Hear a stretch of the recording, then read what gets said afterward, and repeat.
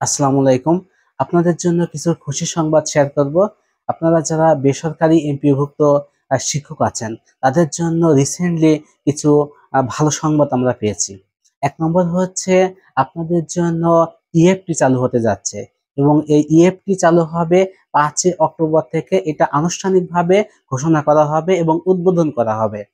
এই উদ্বোধনের মাধ্যমে ৯ টি উপজেলার শিক্ষকরা এই ইএফটি সুবিধা পাবে এবং পরবর্তীতে ২০২৫ সালের জানুয়ারি থেকে সারা বাংলাদেশের সমস্ত শিক্ষক ইএফটি সুবিধা পাবে।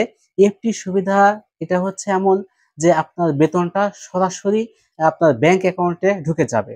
এখানে আপনাকে কোনো ধরনের এমপিও শিট বলেন বা হচ্ছে আপনাদের বিল করা লাগে, সেই বিলে সই করা লাগে, সভাপতির সই লাগে, প্রতিষ্ঠান প্রধানের সই দিয়ে তারপরে এগুলো ব্যাংকে পাঠাতে হয়, সেখানে পোস্টিং করা হয় যার যার অ্যাকাউন্টে। এই জিনিসটা আর থাকবে না, এই ঝামেলাটা থাকবে না। এই জন্যই আপনাদের জব সিকিউরিটি অনেক বেড়ে গেল। কারণ অনেক অভিযোগ এটাও শোনা যায় যে বিভিন্ন শিক্ষা প্রতিষ্ঠানে অনেক সময় এইগুলোতে সই করানোর জন্যও টাকা পয়সা দেয়া লাগে। এ একটা খুশির সংবাদ। আরেকটা হচ্ছে আপনারা বদলি পেতে যাচ্ছেন। সেটা হচ্ছে শূন্য পদের বিপরীতে সার্বজনীন বদলি।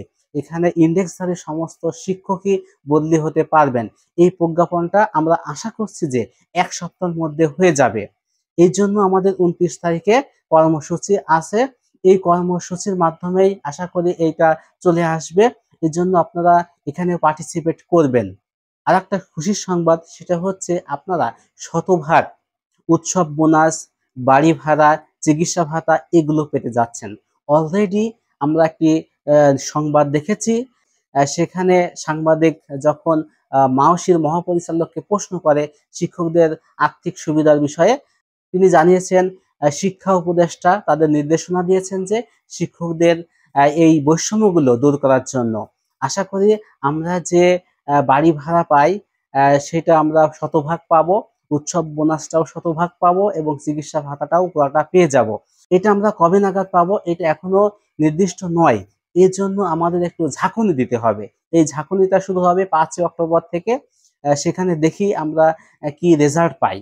যদি না হয় আমরা একটা ঝাঁকুনি দেব, মানে আন্দোলন করতে হবে।